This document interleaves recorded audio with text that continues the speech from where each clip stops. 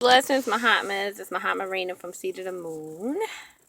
You can hit me up on my website, www.seatofthemoon.tk, or you could subscribe here, Guru Wannabe, GURUWANNAB. I was sitting here thinking and contemplating, you know how I do, but I was thinking about attachments today, and this is really this is hard not to do, and in Vedanta and in some of the spiritual practices that I was taught, we are taught that there's only the great spirit or the soul, the innermost part of your being, where we share this with everyone, is just the soul. And in terms of ascending or reaching higher knowledge and enlightenment and understanding of everything that's going on, you want to look through the perspective of the soul. And when you look through the perspective of the soul, you begin to look at life and the choices that you make to serve your soul only, because your whole journey from a soul's perspective is to be on earth so that you can have lessons, spiritually develop and grow and have these experiences for the soul. So some people will look at things like and take them to an extreme, like, does the soul need to eat? You know what I mean? Does the soul need to have pleasure? And I believe yes, because the soul attached to this body, which is kind of illusion because the body doesn't really exist, it's an extension of.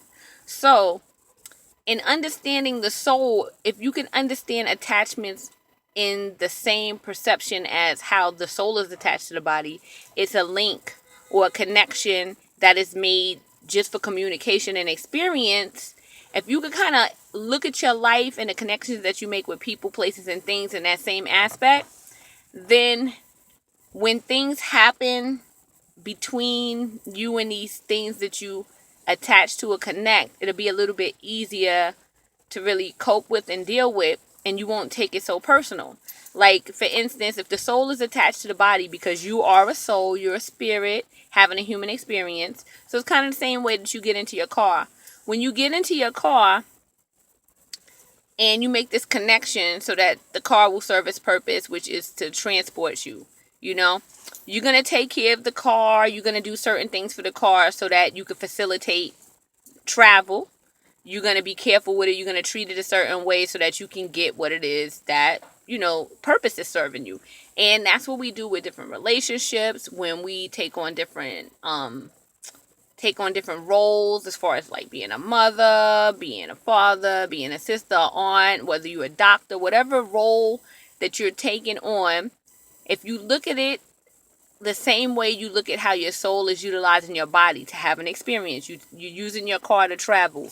You take a certain job so that you could, because of an interest, maybe you're taking a job so that you can earn money. Maybe you're taking a job so that you can learn something, and it's just for an experience. It's serving its purpose. You're in a relationship. Maybe you want to start a family. You want to have children. You want to experience love. You want to have a companion. You have a friend, and I don't know, there's a familiarity.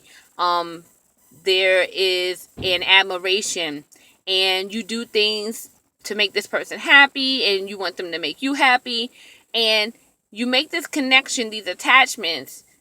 But it's when you start to become so attached to this thing that you become fixated on it, and the connection and the communication becomes so personal that you begin to take on certain moods and properties, and it begins to affect you in a certain way. That's when it's not good. Because when you look at anything that you interact with, like a car, if you're real with yourself, this person is beeping horns and stuff. It's so irritating. But if you look at your car, right? Of course, you know, you make an investment in it. If you invest time and money in it, you start to kind of have a little personal attachment to it. Because if something happens to it, you would be upset or whatever. But you take precautions, and you make realizations to yourself that the car over time is going to age. That every time you go out on the road, there's a possibility that the car can be in an accident. There's a possibility that from wear and tear or from the roads that you travel, all kind of different circumstances and situations can damage this car. If you keep that reality, when something happens, you're prepared for it and you kind of like move forward. And we have to do that with jobs. We have to do that with any type of investment of our time.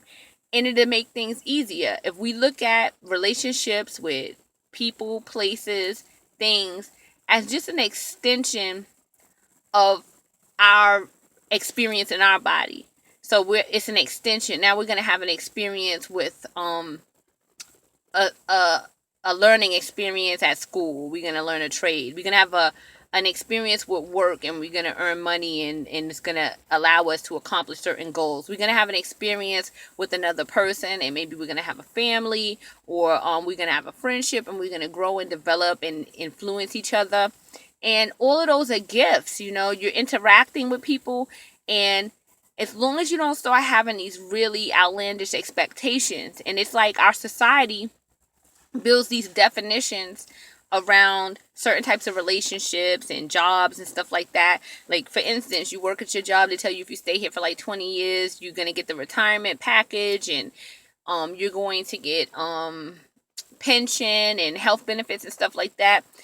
And you start to get attached to that, and you start to like personally attach that to like your life. Like, I'm working here for 20 years and I have to get these benefits. This has so much meaning to me, and not as just an extension for an experience, because all of those things are nice bonuses. You know, you're going to put your energy into this company and you're going to get a salary or whatever. It's an energy exchange, but you can't like put all your hopes and dreams and like everything into this extension and take it so personally, because if something is to happen, because there's so many situations, like I was telling you before in another video, the guru from Data Street calls it scientific circumstantial evidence, right?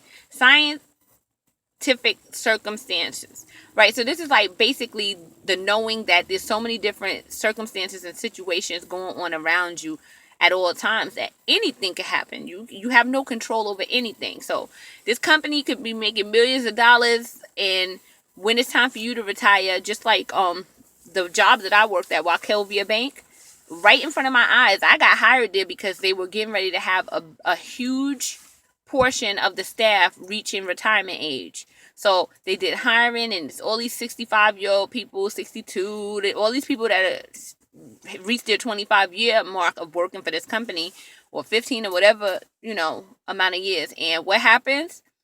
The company had went under new management. It did a lot of bad investments in the Western area, where it bought a lot of savings banks, and savings banks don't generally produce a lot of money unless they sell homes. And they had a large amount of homes that were sold that had these types of mortgages. I don't remember what kind they were, but they were not profitable, and a lot of stuff collapsed, and they lost a lot of money. And I sat there and watched my bank stocks drop, and it got bought by Wells Fargo. And this affected a lot of people that was ready to retire. You know, you've been working for 25 years. You have this plan. You know what you're going to do. Blah, blah, blah, blah. Now, that could be devastating because it is going to affect your livelihood. It's going to change your experience and your reality.